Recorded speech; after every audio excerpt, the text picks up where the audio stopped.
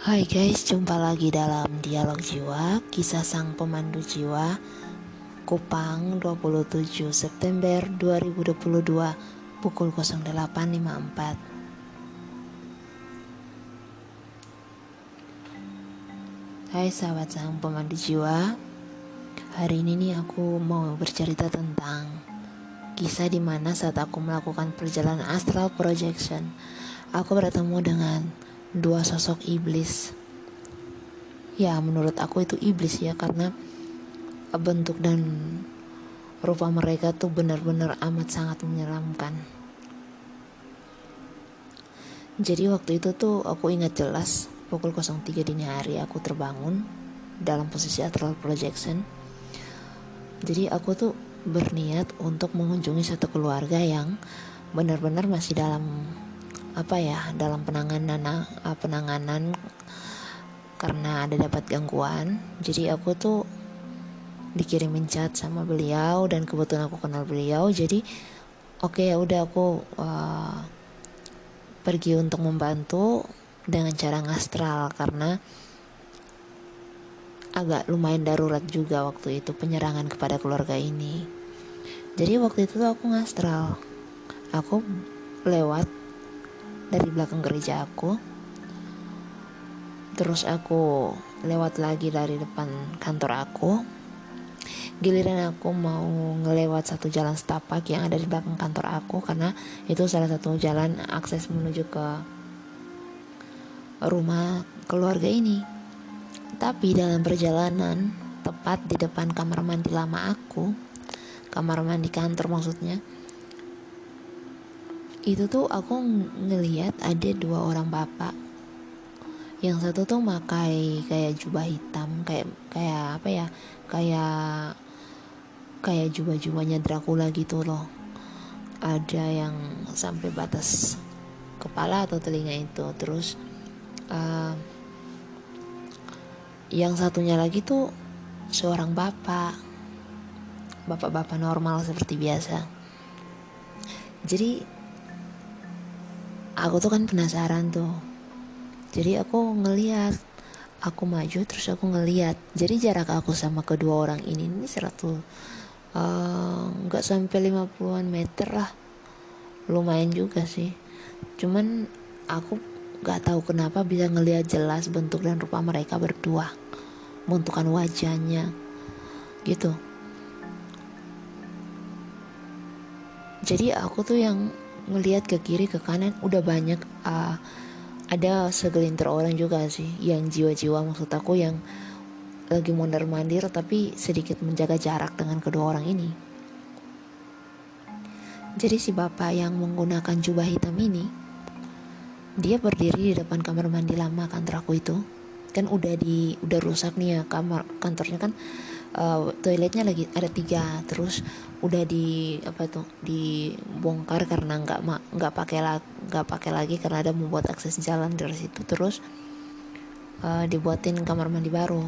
Cuman waktu itu aku keluar astral, aku nggak keluar, bukan nggak tahu ya, tapi aku kayak mundur berapa tahun yang lalu itu.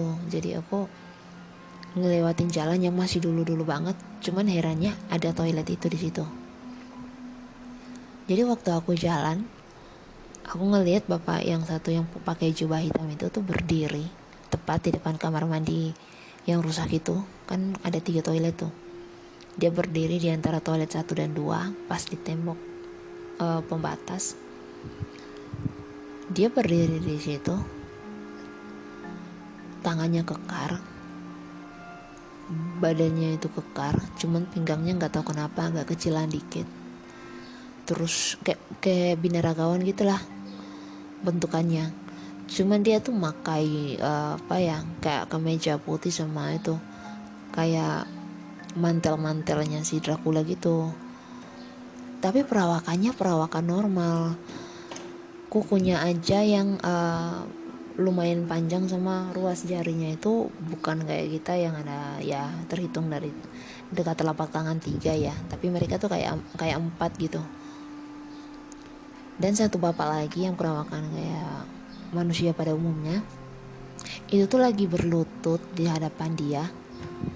Terus si tangan yang memakai jubah itu tuh kayak mau apa ya, kayak numpang di atas kepalanya dia gitu, kayak megang kepalanya dia, tapi yang kayak orang tumpang tangan aja, nggak megang kepalanya, nggak, cuman kayak tumpang aja ke atas kepalanya si bapak ini. Jadi aku tuh yang masih ngeliat, karena aku ngerasa aneh, kok ngapain mereka berdua di depan toilet kayak gitu. Yang menyeramkan adalah ketika aku mau lewat dari situ, si bapak-bapak yang tadi lagi berlutut di depan si pria berjubah ini tiba-tiba teriaknya teriak karena kesakitan dan katanya rasanya panas gitu. Jadi aku tuh berhenti, aku ngelihat lagi ke arah mereka berdua, dan tahu nggak kalian apa yang terjadi? Si bapak ini, si bapak yang perawakannya kayak manusia ini, tiba-tiba aja mukanya tuh kayak meleot gimana gitu, kayak maju moncongnya jadi bentukan moncong. Terus ada keluar tanduk 3 dari kepalanya, 2 dari kiri kanan dan 1 dari depan. Terus tangan-tangannya yang tadinya badannya agak kurusan tiba-tiba tuh kayak mekar gitu. Jadi tangannya tuh kayak kekar, tapi bentukan telapak tangannya tuh heran, gak manusia lagi. Jarinya seperti jari sapi ya, kayak 4 gitu. Jatuhnya kayak kaki-kaki kerbau atau sapi gitu. Itu bukan hanya berlaku di tangan, kakinya juga berubah. Badannya besar, cuman bagian pinggangnya tuh sampai ke kaki tuh agak kecil, kayak kaki hewan. Aku nggak tahu ya ini banteng atau sapi, kerbau. Pokoknya dia tuh kayak hewan-hewan kayak gitu bentukannya. Karena aku ngelihat ada aura yang seperti apa ya, kayak uap hitam yang mengelilingi si bapak ini gitu. Tapi dari tangannya si pria jubah itu warnanya kayak agak-agak hitam pekat sama warna kayak merah-merah gitu. Tahu nggak? Aku lari loh. Aku lari terus dicegat sama beberapa orang yang menurut aku itu jiwa-jiwa orang-orang baik yang meninggal di daerah situ. Aku dicegat, lalu katanya pulang, kamu pulang, kalau kamu lari kamu nanti tersesat, katanya kayak gitu. Jadi aku mau pulang pun aku harus ngelewatin jalan yang ada si 2 bapak tadi gitu. Jadi aku tuh serba salah. Di satu sisi aku mau pulang karena takut, di satu sisi aku harus beranikan diri karena tujuan aku tadi itu mau membantu satu keluarga. Jadi aku waktu itu aku dilema, bayangkan aku lagi dalam perjalanan astral projection, terus aku bertemu dengan 2 hal yang seperti ini, bertemu banyak jiwa-jiwa di luar yang udah kayak pasar aja, terus ngelihat 2 bapak-bapak yang kayak iblis. Aku tuh yang takut sih sebenarnya, cuman bagaimana lagi, aku dilema aku tuh aku bungkus rapat. Terus yang lucunya tuh aku dibantu sama seorang anak kecil yang aku nggak tahu ini siapa. Sosoknya perempuan, rambutnya pendek kayak rambut potongan tahun 95-94 gitu. Terus aku ditarik tangan aku oleh dia. Terus dia bilang apa? Mari kak, aku antar pulang. Aku sempat ragu, cuman aku nggak dapetin feel ragu-ragu di anak itu atau sosok jailer di anak itu. Malah aku ngikut dia dan dia nganter aku sampai ke rumah. Keesokan harinya juga aku belum cerita ke siapa-siapa ya. Waktu aku di chat lagi sama si keluarga bermasalah ini, si beliau kan tanya gimana kak rumah aku, keluarga aku ini karena gangguannya meningkat. Aku ngomong aja jujur ke beliau karena waktu itu aku nggak berhasil sampai ke rumahnya karena ya ada insiden kayak gini. Terus dia juga mengerti. Lalu hari itu juga malamnya aku ngasral lagi. Aku bukannya sempat ketemu lagi sama si dua iblis yang tadi, tapi aku bertemu dengan banyak sekali jiwa-jiwa yang, karena aku suka ngelewat belakang gereja, aku bertemu dengan jiwa-jiwa yang saat itu hendak ke gereja. Jadi aku juga ya udah cukup senyum, lalu aku jalan terus. Jadi sampai di rumah keluarga yang dapat gangguan ini, aku ngelihat rumahnya, aku bantu sebisa aku. Cuman saat itu aku ngelihat satu sosok bapak udah tua, badannya juga kurusan, tapi auranya tuh nggak enak banget. Aku tahu orang ini masih hidup dan belum meninggal karena aku ngelihat kayak ada semacam tali penghubung gitu, kayak ada sinar putih kecil yang kayak benang gitu. Jadi aku tahu bahwa dia itu masih hidup dan dia itu nggak enak banget auranya. Aku nggak tahu kenapa ya, cuman aku kayak kayak makin kesini tuh aku makin mengerti kalau dia itu memakai ilmu hitam gitu, karena banyak yang ngikutin dia.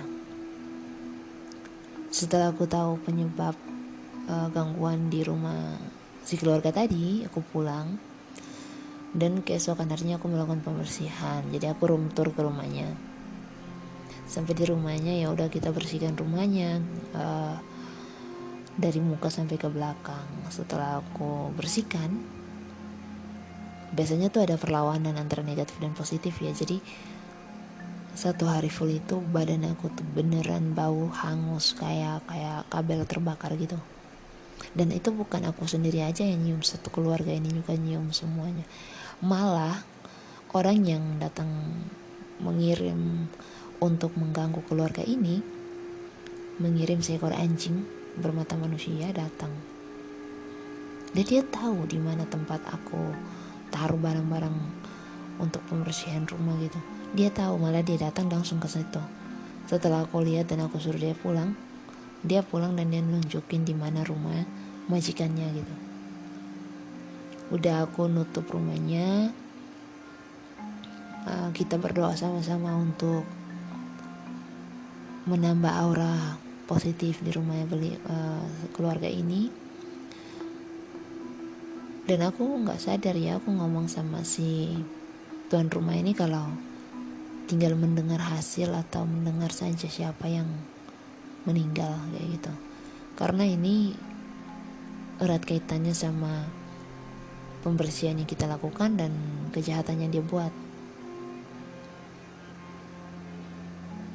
Dan gak butuh waktu lama, setelah 1 minggu pembersihan totalitas di rumah si tuan rumah ini, beliau yang aku lihat waktu aku kembali ke rumahnya si tuan rumah ini, keluarga yang aku bantu, orang tua ini meninggal. Yang guna-gunain keluarga ini tuh meninggal.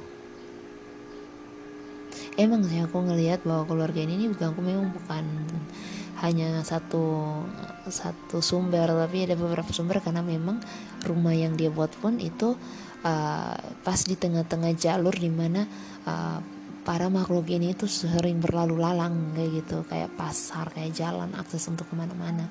Jadi ya kalau untuk mendapatkan gangguan memang benar adanya, tapi sudah diblok.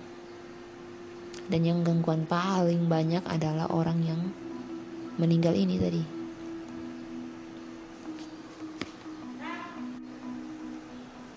Jadi gangguannya tuh meningkat terus. Jadi si bapak ini meninggal, dikuburkan, dan gak tahu kenapa 1 minggu lagi kemudian, ketika aku dalam perjalanan astral projection, hanya sekedar berjalan-jalan ingin mengunjungi rumah si keluarga ini, aku ngelihat lagi dua sosok bapak yang tadi yang kayak iblis itu dengan peragaan yang sama, dan aku tuh sadar waktu itu kalau kayak gini ternyata orang-orang yang menjual jiwanya kepada iblis.